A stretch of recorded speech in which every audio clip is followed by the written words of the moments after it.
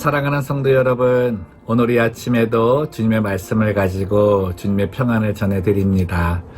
한 해의 마지막을 보내는 이 기간 동안에 저희들이 또 하나님께서 우리에게 베풀어 주신 은혜들을 돌아보고 있는데요. 특별히 오늘 함께 나눌 말씀도 그러하지만 우리가 지난 한 해 동안에 하나님의 이러한 은혜를 받으면서 또 하나님 앞에 그럼에도 불구하고 범죄함으로 또 하나님 앞에 좋지 못한 모습으로 나간 것들이 많은 줄로 압니다. 오늘은 우리의 한 해의 어떤 그런 발자취를 돌아볼 때 우리가 하나님 마음을 상하게 한 부분이 있지 않은가, 그런 부분 한번 돌아보면서 정말 내가 주님의 용서하심이 없으면 내가 이 자리에 또 이렇게 예배드릴 수 없다라고 하는 또 그 감사한 마음과 함께 내가 다시는 그 자리에 서지 않겠다라는 그런 결단의 시간이 있었으면 좋겠습니다. 그래서 오늘 함께 하나님께 드릴 찬양은 놀랍다 주님의 그 은혜라고 하는 찬양인데요. 또 저희들 성탄절을 기다리면서 이 찬양으로 또 하나님께 올려드리며 감사를 전해드리는 귀한 시간이 되었으면 좋겠습니다. 함께 찬양 드리겠습니다.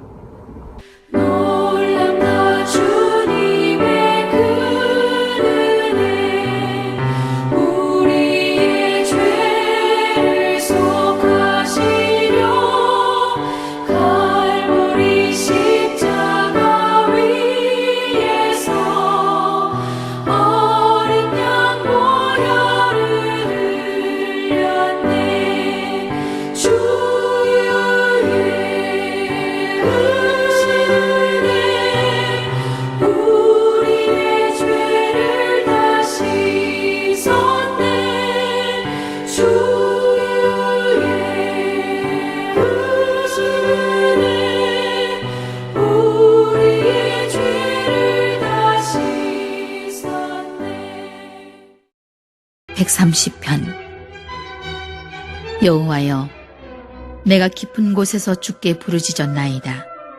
주여, 내 소리를 들으시며 나의 부르짖는 소리에 귀를 기울이소서. 여호와여, 주께서 죄악을 지켜보실진데 주여 누가 서리이까? 그러나 사유하심이 주께 있음은 주를 경외하게 하심이니이다. 나 곧 내 영혼은 여호와를 기다리며 나는 주의 말씀을 바라는도다.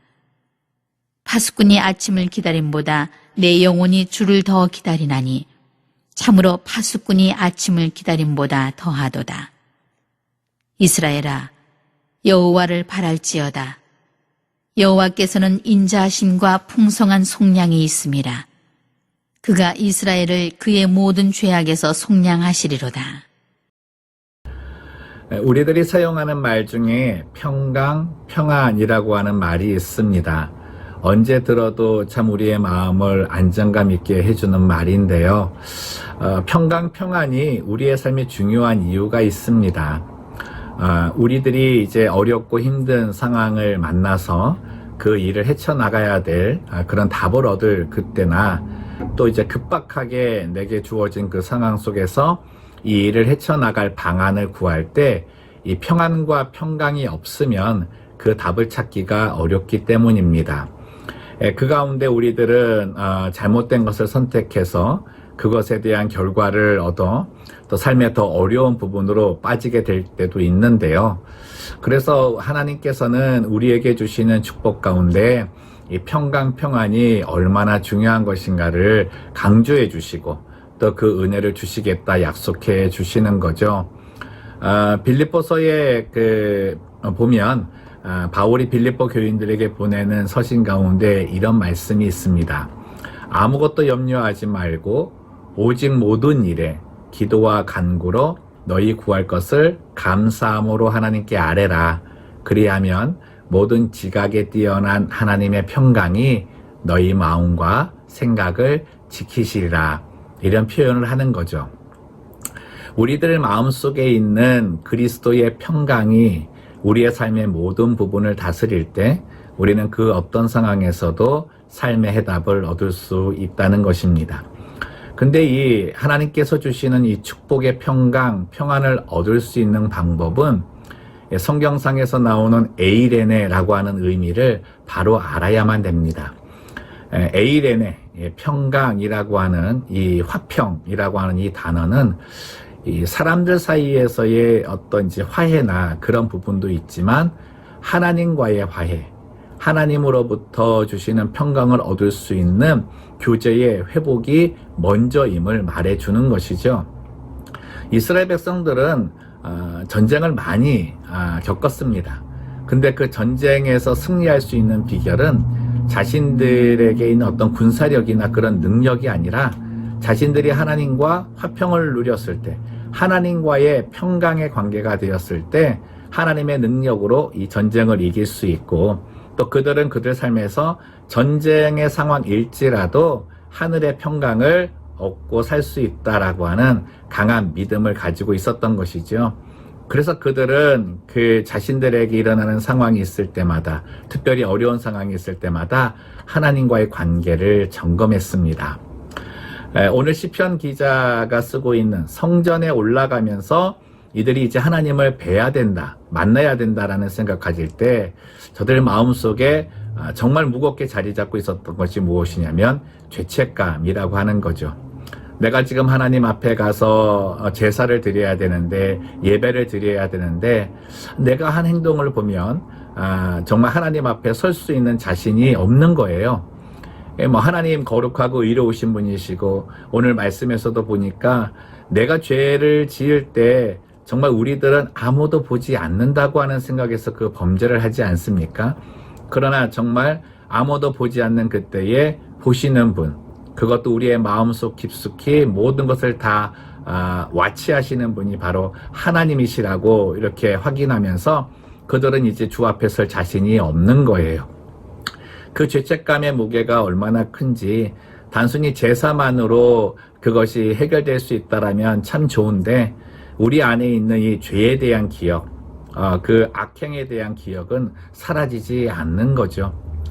시편 기자는 지금 하나님 앞에 올라가면서 그것을 간구하는 거예요. 하나님, 내가 제사를 드리고 예배를 드리러 가는데 내가 지난날에 잘못한 모든 것들이 아직 남아 있습니다. 이것이 해결되지 않습니다.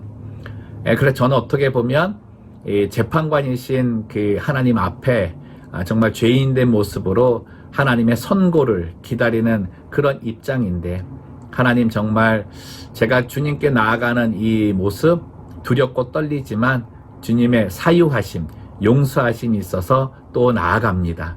주님, 용서하여 주옵소서. 그런 마음을 갖고 지금 이 시를 적고 있는다는 것이죠. 우리가 예배를 드리러 갈 때마다, 예배를 드리는 그 순간에 정말 가장 먼저 해야 될 것이 이 회개라고 하는 것. 그래서 중요한 것입니다. 회개가 없이 단순한 예배에 참여하는 예식자로서는 하나님의 얼굴을 바로 보지 못하고 단순히 하나님과 단절된 상태에서 그 자리에 참석할 수밖에 없다는 것이죠. 하나님께서 우리에게 주신 이 용서의 방법, 그것이 바로 회개라고 말씀하셨고, 또 구약의 제사의 그 제도가 예수 그리스도의 단번에 죽으심, 십자가의 죽으심으로 완성이 되고, 우리가 예수님의 이름을 힘입어서 하나님 앞에 회개할 때 우리의 모든 죄가 용서함을 받는다고 하는 그 약속을 주심을 통해 우리는 진정한 예배를 드리고, 그 안에서 용서받은 감격, 죄책감에서 자유하고 하나님께서 새롭게 내 삶을 펼쳐주시는 하나님의 나라를 살 수 있게 된다는 것입니다. 지난 한 해 동안에 우리의 모습 정말 하나님 앞에 내려놓을 때에 이렇게 펼쳐보시면 하나님께서 기뻐하실 일들이 많을까요? 아니면 하나님께서 이렇게 눈살을 찌푸리실 일들이 많을까요? 저도 목사이지만 저도 후자가 더 많을 거라고 생각을 하고요. 날마다 회개한다고 하지만 또다시 그 죄의 자리에 서는 연약한 존재임을 고백하게 되는데요.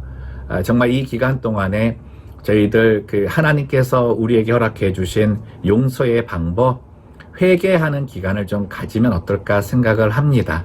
단순히 하나 잘못해서 하나님 잘못했습니다, 이 정도가 아니라 정말 예수 그리스도의 그 죽으심이 저희들이 레위기의 제사를 배우지만 동물의 그 목을 베고 각을 뜨고 피를 다 흘리는 그 모습이 우리 예수님의 십자가 형장에서 보여진 것인데요. 그 아픔을 겪으신 예수님과 그 아파하는 그 정말 아무런 죄도 없는 가운데 하나님의 그 사랑의 약속을 지키기 위해 죽어가는 아들을 보셨던 그 하나님의 마음을 우리가 담고서 회개 자리에 서야 한다는 것입니다. 사랑하는 성도 여러분, 이 기간 동안에 그러한 마음 가지고 우리의 모든 소비를 주 앞에 드립시다. 그리고 정말 예배를 드릴 때마다 주의 용서하심이 있어서 내가 주님을 경외합니다. 두렵고 떨리지만 또 용서하시면서 받아주시는 그 크신 자비하심과 인자하심 때문에 내가 주님을 또 경외하고 찬양합니다. 그러한 마음으로 우리 안에 있는 모든 죄책감을 내려놓고 또 내가 내 자신을 용서하지 못해가지고 붙드는 것도 하나님이 원하시는 마음이 아닙니다. 그러한 모습은 어떻게 보면 하나님은 예수님을 주시면서까지 용서해 주셨는데 내 자신이 하나님의 그 용서하심을 거절하는 것과 똑같아요. 그것이 또 다른 영적인 교만이 되어서 주의 마음을 아프게 할 수 있습니다. 예수님께서는 돌아오는 자를 기쁘게 받으십니다. 그리고 다시금 그 자리에 서지 않기를 원하며 결단하는 자를 기뻐하십니다. 우리는 알지요. 그 죄에 짓지 않겠다고 결단하지만 또 그 자리에 가는 연약한 존재임을 알기에 우리는 그래서 그 결단 속에서 하나님께 기도해야 됩니다. 하나님, 내가 이 똑같은 상황이 생기면 또 그 자리에 갈 수밖에 없을 것입니다. 그때 나를 깨우쳐 주시고 성령께서 내 마음을 주장하여 주셔서 정말 그 가운데에 거하지 않도록 도와주옵소서. 이 모습이 있을 때 우리는 하나님과 진정한 화해, 하나님과의 진정한 평강의 관계를 누리게 되고 그 얻음을 통해서 하늘의 평강, 정말 이 어려운 상황 속에서도 평안히 보낼 수 있는 그런 축복을 받게 될 것입니다. 사랑하는 성도 여러분, 오늘 그 믿음을 가지고 앞에 부른 찬양이 이제 1절밖에 안 했는데요. 한번 4절까지 부르시면서 주님께서 나의 죄를 씻어주셨다. 그 죄를 씻으심이 단순히 그냥 우리가 죄 지은 것을 그냥 이제 끝났어. 이거 뭐 회개했으니 끝났어. 이 정도가 아니라 내 안의 고통, 짐지어지는 모든 고통들을 다 가져가시고 새롭게 하나님의 영광을 위해 살게 하신다라는 그런 각오와 결단의 마음까지도 담으며 주께 나아가는 하루가 되었으면 좋겠습니다. 기도하겠습니다. 살아계신 하나님 아버지, 언제나 우리의 연약함에도 불구하고 죄악됨에도 불구하고 사랑하는 아들 예수 그리스도의 십자가의 죽으심으로 살리신 당신의 자녀이기 때문에 오늘도 이렇게 기도를 드리고 하나님을 찾을 수 있도록 인도하심을 감사합니다. 지난 한 해 동안에 우리의 범죄한 것을 다시금 돌아보며 그 자리에 우리가 또 서 있지는 않은가 하나님 회개합니다.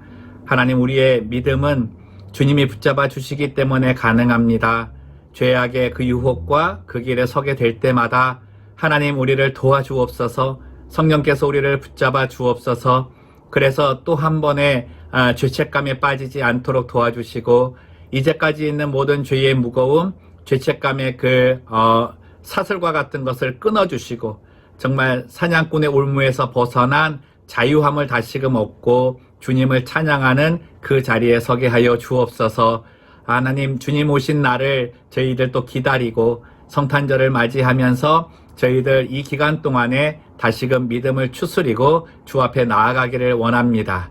특별히 어려운 기간 동안 하나님 더욱더 붙잡아 주시고 우리가 바라볼 것은 오직 주님밖에 없사오니 파수꾼이 아침을 기다릴 때에 그 기다리는 아침이 항상 소망이요 희망이 되게 하여 주옵소서. 예수님의 이름으로 기도하옵나이다. 아멘.